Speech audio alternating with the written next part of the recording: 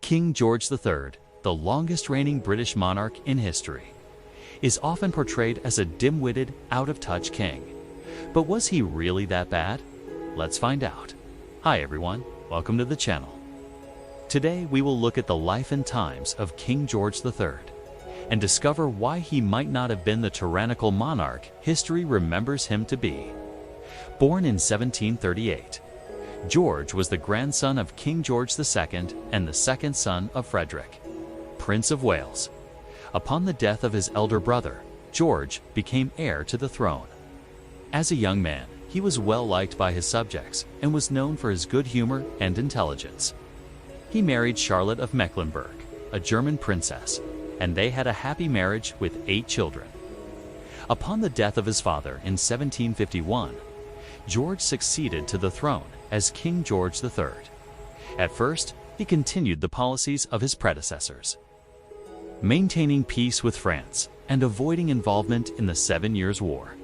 However, as the war in America progressed, he became more interested in the conflict and began to take a more active role in the government. This led to friction with his counselors, who were trying to keep Britain out of the war. Eventually, George agreed to enter the war, and this proved to be a wise decision as Britain won the war and gained Canada and India. Following the war, George's health began to deteriorate. He suffered from severe headaches and bouts of amnesia, which made it difficult for him to carry out his duties as monarch. This led to calls for an end to the Hanoverian succession and for a different king to take the throne. However, despite these challenges, George continued to reign until his death in 1820, making him the longest reigning British monarch in history. During his reign, Britain became a global superpower, and he oversaw the expansion of the empire in India and Africa. He also presided over a period of great social and economic change, including the Industrial Revolution. Despite these accomplishments, George's legacy has been tarnished by his portrayal in popular culture as a weak and ineffective monarch. This is likely due to several factors. First, George was not a member of the House of Windsor, which has dominated British royalty in recent centuries.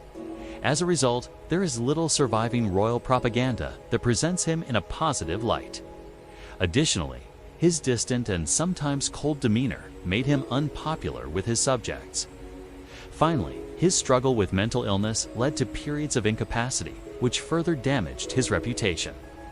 However, a closer examination of his life and accomplishments reveals a different story.